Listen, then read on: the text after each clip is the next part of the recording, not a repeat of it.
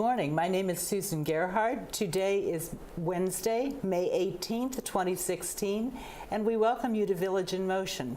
On our first segment today, we have with us Heather Shirey. Heather is here from Outpatient Rehab, which is located where, Heather? In Hunter's Crossing. Down in the basement. That's right. Okay, that's good. Tell us about you, Heather. Well, I'm a speech-language pathologist of about 20 plus years. Wow. And I've been with Erickson Retirement Community for about 18 of those years. Wonderful. And how does one become a speech pathologist? Well, there's a lot of different schools that offer speech-language pathology. I started out at East Carolina University for my undergraduate work and James Madison for my graduate work, and kind of came to knowledge of the profession through a patient that I had that had had a stroke. And it was just really enlightening to me, and I actually changed my major from physical therapy to speech therapy. Well, we're glad you did. And we're glad you're working with the older community. Yes. We're all familiar with speech-language pathology in children, in young children, but there's a need at the other end of the spectrum also. Absolutely. And you're here today to talk to us about what? Well, this is actually the May Better Speech and Hearing Month. Okay. This is a month that the ASHA, American Speech and Hearing Association, utilizes to market and educate people about speech-language pathology services. Okay. And what kind of services are available to us here at Green Spring? Well, at Green Spring, we do a lot of services related to swallowing therapy, voice therapy. I work with people that have cognitive and language disorders, speech disorders. Those are the main ones. Sometimes I'll work with stuttering from time to time, but those are the main ones here. That's terrific. How many patients do you deal with here? How many in your roster? In a roster, on a given day, it could be up to 10 people that I see between outpatient and Garden Ridge. And if someone is coming to you for assistance, how long a period of time? Does it depend on what their difficulty is? It definitely depends on their difficulty. Usually what I'll do is an evaluation. We'll kind of determine what the needs are, and then based on that determine how many days a week they'll be seen and maybe how many weeks they'll be seen. Are people referred to you? Okay, so it's not as if someone says, you know, I'm really having a little difficulty talking. Could they come to you directly, or do they need to come through their physician? We need to have a doctor's order to see them through outpatient or in Garden Ridge for that matter. Okay. Yeah. And they are referred to you, and then you evaluate them and come up with the different ways that you can help them. Right. I'm thinking about my mother who went for some physical therapy, and her physical therapy in her mind was, well, the therapist will fix it for me. I don't have to do anything on my own, and we've tried to help her understand she has to do some of the work herself. Is it similar with speech? Absolutely. There'll be instances where I'll make a comment to a family member about utilizing them for educational needs, so they'll actually be a part of the sessions. There'll be times when I'll provide homework depending on the independence of the individual to see if they can do some things on their own. It really depends on what the needs are. Yeah, really a wide variety of needs, I'm sure. What kind of activities are you encouraging during this month of May? Well, just education in general about the profession. We've been around actually for about 80 years. Wow. It's been a long time that the profession has been around. It started in England and transitioned into the United States in the mid-1920s. And then in the 50s and 60s, there was a transition again where we actually started utilizing services more for language versus speech. I don't know if you ever saw the movie The King's Speech. Yes. So that was a great movie to kind of demonstrate how the profession started. But now we work with the dysphagia, the speech, the language, the voice, all those different areas. Okay, you said a word there that I don't understand. Dysphagia? Dysphagia is swallowing disorders. Swallowing disorders. And that can result from what? Strokes, people that have Parkinson's disease, could be people that have Lou Gehrig's disease, degenerative disorders, those type of things. I know myasthenia gravis is also one that involves that. Definitely. So a person is having to learn to swallow again. What is the difference between speech and language? Oh, good question.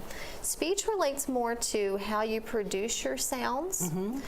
Voice relates to how you utilize your vocal cords to provide the voice. Okay. So there's even a difference between speech and voice.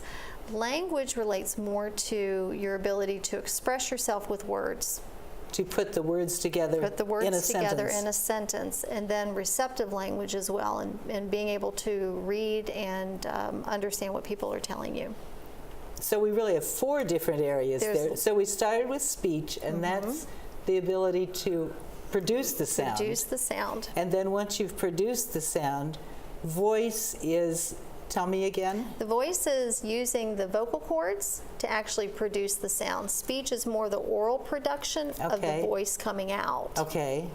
And then your language relates to your reading, your writing, your speaking, and your ability to understand what people say. So you work with writing also? And you mean as far as handwriting, or As far as the language aspect of the writing. putting the words together, getting them from the brain to the paper in an order Exactly. that someone else can understand them? Exactly, right. Okay, so that's the language piece.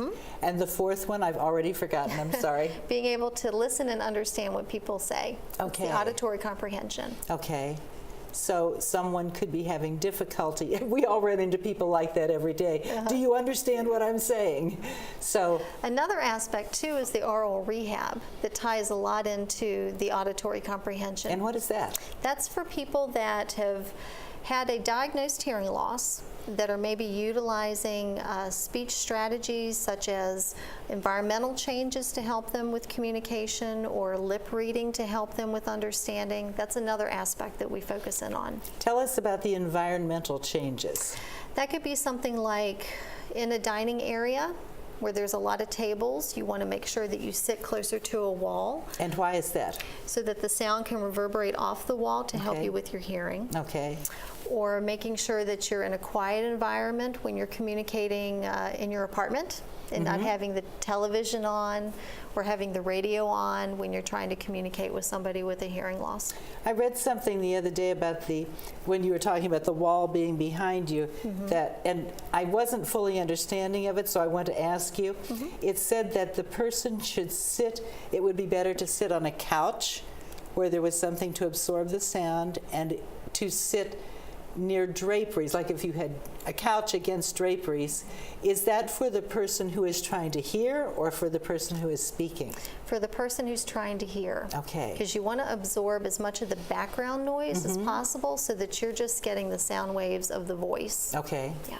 So if I go to visit my mother, it's best if she sit on a couch with draperies behind her, nothing turned on in the room, and she will have a much better chance of hearing what I'm saying to her. And a light on. And a light on. So she can see your face Okay. in case she is doing any lip reading, Okay. which a lot of us do. And I understand that, and I learned this from Marie Lee, who has our Green Spring Hearing Support Group, that we all lip read much more than we ever know that we That's do. true. And I noticed that one day I was in the cafeteria, and one of the servers was asking me what I wanted, and she was saying it, and I could see her lip. I couldn't see her lips at first, and I knew she was speaking to me. I could hear it, but I still couldn't understand it. And I just stood on my tiptoes a little bit where I could see her lips, and it was like, oh, that's what they mean about the lip reading. We do it more than we know that we do. Absolutely. That's interesting. So you're located in Hunter's Crossing. but you told me that you also do some work in Garden Ridge. I do. And working with the patients there, the residents that we have there. And how many residents there are receiving help? In a given week, there's probably about 15 that we offer services to, and then of course outpatient is separate Yeah, from that. yeah. So So about 15 in Garden Ridge. Yeah, that's good. And I'm sure we stay busy. well, that's all right. That's good. We're very glad that you're here. What else do you want to tell us today? We still have 3 or 4 minutes left. Well, I think it's interesting for people to understand the profession as far as what we can offer here, services that we offer here. I think a lot of people realize that outpatient rehab provides the physical therapy and the occupational therapy, but may not be aware of the speech therapy. I didn't know you were here until I looked on Village Bridge and said, oh, look at this, all this stuff. So if you're an individual that maybe is seeing some changes in memory, maybe having some challenges with orientation in the community, especially if you're new to the community. If you're someone that maybe is noticing some challenges with hearing and you've just gotten a new hearing aid, those are all reasons to talk to your physician about a referral. And that's just what I was going to say. The first person you should go to is your physician and say, hey, I think maybe I need some help here. I understand that we have some services here at Green Spring who can help us. And it wouldn't necessarily need to be a physician who is located here at Green Spring, correct? Correct. That it could be your physician from the outside referring you here. Right. Yeah, that's good. Good deal. Tell me the most important tip that you would give anyone who's having hearing difficulties or speech difficulties. If you have hearing aids, wear your hearing aids. All the time? All the time. Even when I'm sleeping? Not when you're sleeping. Not when I'm sleeping. Not when you're sleeping, but when you're up and you're moving around in the morning, put those hearing aids in, number one, for a safety reason, to make sure that you can hear if there's a need, but also to make sure that you're able to communicate effectively with people. And try not to touch that volume. Try not to touch the volume. Why shouldn't I touch the volume? Can't I scroll it up a little bit so I can hear better? Your hearing aids, most digital hearing aids are made for your hearing needs. And if you start adjusting the volume, then you're not going to get the greatest benefit from those hearing aids. So just turning it up is not going to make a difference. Okay. How about telling other people how they can best communicate with me? Face-to-face communication is always best. So say, come around here where I can see you. Making sure that you sit at a table where you're no more than 3 to 6 feet from someone else. 3 to 6 feet, okay. So that people can lip read, but also be able to see you easily and communicate effectively with you. Good. So try not to talk from room to room. Okay. Try and come into the same room as another person. Make that extra effort. Absolutely. Yeah. And then keep the background noise at a minimum. Okay. That's good advice. Yes. I do want to give one other advertisement here before we leave here today with Heather, and that is that tomorrow, the 19th of May, our Green Spring Hearing Support Group will be meeting in the theater.